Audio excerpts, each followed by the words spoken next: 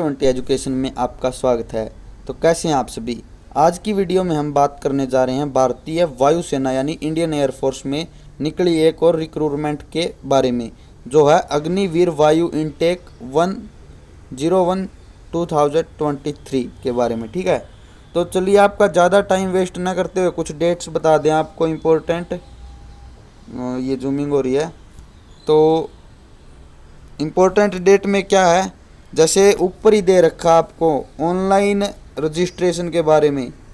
तो आपका online registration इसका 7 नवंबर से शुरू हो गया 2022 में और 23 नवंबर तक ही चलेगा भाई। ठीक है, इसके बाद जो ऑनलाइन एग्ज़ाम डेट है वह 18 जनवरी की होगी भाई। जो ऑनलाइन एग्ज़ाम होगा आपका उसकी जो एग्ज़ाम डेट है वह 18 जनवरी 2023 और 24 को होगी 2023 में। ठीक है, मतलब इनके बीच में रहेगा आपका एग्ज़ाम। ओके, आगे चलते हैं। इसमें आपको जैसे अब इम्पोर्टेंट बातें बता देते ज़्यादा टाइम ख़राब ना करते हुए। इसके बाद आपका ये पॉइंट एक इम्पोर्टेंट है, जो आपका जो कैंडिडेट होगा इंडियन एयरफोर्स में जिसने फॉर्म भरना है, online application for unmarried Indian male and female.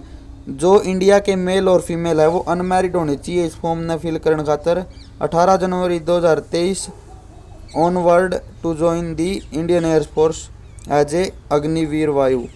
Agniveer वायु के थ्रू इंडियन एयरफोर्स ज्वाइन करने खातर अनमैरिड होना जरूरी है भाई सब, मेल ने भी फीमेल ने भी। ठीक है, 18 जनवरी 2023 तक। ठीक है, इसके बाद आगे चला और इम्पोर्टेंट डेट इसमें आपके पास और एक याद दे रखी है भाई, और बता दें आपको ये, चलो मैंने फॉर्म की बता दी थी आपको 7 नवंबर से ऑनलाइन ऑफलाइन, और इसका जो साइट का लिंक है ना मैं आपको डिस्क्रिप्शन में दे दूंगा। आपको कहीं भी दुकानों पे फॉर्म फिल करवाने की ज़रूरत नहीं है। ठीक है, इसके बाद आगे चलते हैं। एज लिमिट बता दे भाई आप किस एज के होने चाहिए इस फॉर्म के लिए।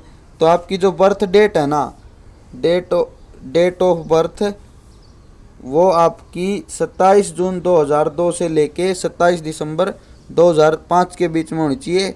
बोथ डेट्स आर इंक्लूसिव, मतलब ये दोनों डेट 27 जून और 27 दिसंबर भी काउंट होगी भाई उसका।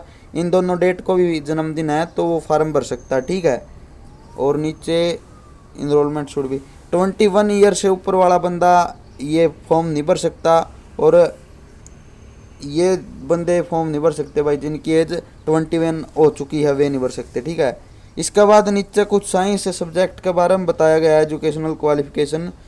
तो जो बंदा इंटरमीडिएट या फिर +2 इक्विवेलेंट एग्जामिनेशन, जिस बच्चे ने भाई सब जो 12th में है, 12th कर ली, जो इन एग्ज़ाम में है मैथमेटिक्स में, फिजिक्स में और इंग्लिश में भाई, उस बच्चे के बोर्ड में 50% मार्क्स होने चाहिए। ठीक है, और इंग्लिश में अलग था 50%, मिनिमम 50 होने चाहिए। ठीक है, इसके बाद चलते हैं आगे, कुछ और बताना आपको।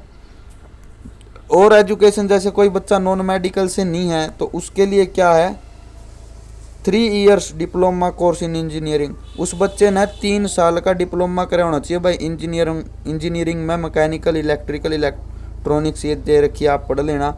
और 50% मार्क्स होने चाहिए इंग्लिश में। ठीक है भाई, इसके बाद चलते हैं तीसरा, और जो ऑप्शन दे रखा है 2 ईयर वोकेशन कोर्स होना चाहिए नॉन वोकेशनल सब्जेक्ट वाइज। ठीक है, फिजिक्स एंड मैथमेटिक्स कोसा भी हो सका है। ठीक है भाइयों, कोसा भी बोर्ड था वो 50% मार्क्स इसमें भी ज़रूरी है इंग्लिश में। ठीक है भाई, आगे चला, 1 मिनट रुको। इसके बाद दोस्तों हम बात करेंगे भाई सब बच्चे का जो फिजिकल है ना उसके बारे में। ठीक है, तो फिजिकल में आपको बता दें हाइट होनी चाहिए मिनिमम बच्चे की 152 सेंटीमीटर। ठीक है, फॉर फीमेल 152 हो जाएगी, मेल खातर 5 सेंटीमीटर इंक्रीज कर देंगे। ठीक है, वेट तो हाइट के हिसाब से, एज के हिसाब से देखा जाएगा भाई, वो आपको वहाँ पे बता दिया जाएगा। चेस्ट के बारे में क्या बताया गया भाई, for male candidate minimum chest 77 centimetre male candidate की चेस्ट होनी जरूरी है भाई मिनिमम। ठीक है, और फुला के 5 सेंटीमीटर और ज़्यादा, यानी चेस्ट एक्सपेंशन होगा वो 5 सेंटीमीटर और होना चाहिए भाई कम से कम। और फीमेल कैंडिडेट खातर के है भाई एक्सपेंशन 5 सेंटीमीटर होगा इन खातर में, मतलब थोड़ी ही छूट मिल जाएगी लड़कियां तो, ठीक है। इसके बाद आपको क्या इम्पोर्टेंट है इसमें वो बता दें। जनरल हेल्थ ये तो आप पढ़ लेना, इसके डिटेल डाल देंगे इस वीडियो के डिस्क्रिप्शन में, लिंक डाल देंगे, ये ज़्यादा इम्पोर्टेंट नहीं है। और फिर आता है आपका, ये भी ज़्यादा ज़रूरी नहीं है बातें। फिर आप देखें तो इनकम ग्राफ दे रखा भाई। फर्स्ट ईयर मतलब ज्वाइन करने के बाद आपको फर्स्ट ईयर में 30,000 रुपये आपकी सैलरी होगी, उसमें से 9,000 आपका पीएफ कट के 21,000 आपको मिलेंगे। फिर अगली साल 23,000 मिलेंगे, फिर 25,000, फिर 28,000, ठीक है। हर साल आपके इंक्रीज हो गए 3,000 रुपये, ठीक है। फिर 3,500 होंगे, फिर 3,500 हो गए, ठीक है भाई। आगे आपको बता दें टोटल आपकी सैलरी बनेगी 4 साल में 10 लाख रुपए, ओके। और अग्निवीर स्किल सर्टिफिकेट ये तो कोई इम्पोर्टेंट नहीं है आपके लिए, साइंस का मैंने आपको बता ही दिया।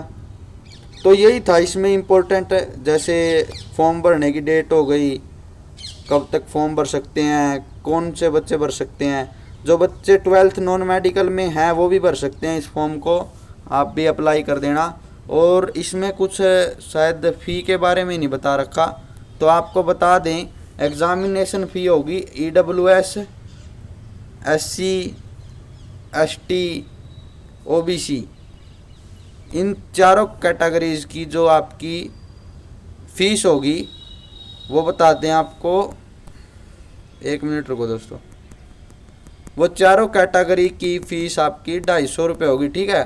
250 रुपये होगी चारों कैटेगरी की फ़ीस। वो यहाँ पे मुझे डिटेल दिखी नहीं तो वहाँ पे आपको मार्क करके बता देता मैं। और देख लेते हैं आपके लिए कुछ इंपॉर्टेंट रहता है तो। और ज़्यादा से ज़्यादा संख्या में फॉर्म भरे भाई, जो बच्चा एलिजिबल होगा या जो लायक होगा इस जॉब के, उसको ये जॉब मिलेगी, ठीक है।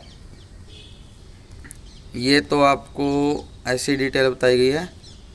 तो इस वीडियो में इतना ही, क्योंकि जो डिटेल थी हमने इंडियन एयरफोर्स के बारे में सारी बता दी भाई, कौन सा बच्चा फॉर्म भर सकता है, क्या एजुकेशन है, कितनी डेट ऑफ बर्थ होनी चाहिए उसकी, क्या फॉर्म की लास्ट डेट है, फर्स्ट डेट क्या है, और इनकम कितनी मिल सकती है उसको इसको ज्वाइन करे के बाद, ठीक है।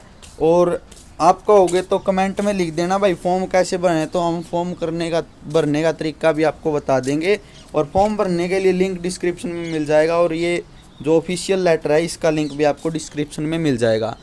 दोस्तों, अगर आपको इंडियन एयरफोर्स या फिर सेंटर लेवल की किसी भी जॉब के लिए अपडेट चाहिए तो हमारे चैनल से जुड़े रहना। Okay, thank you, bye.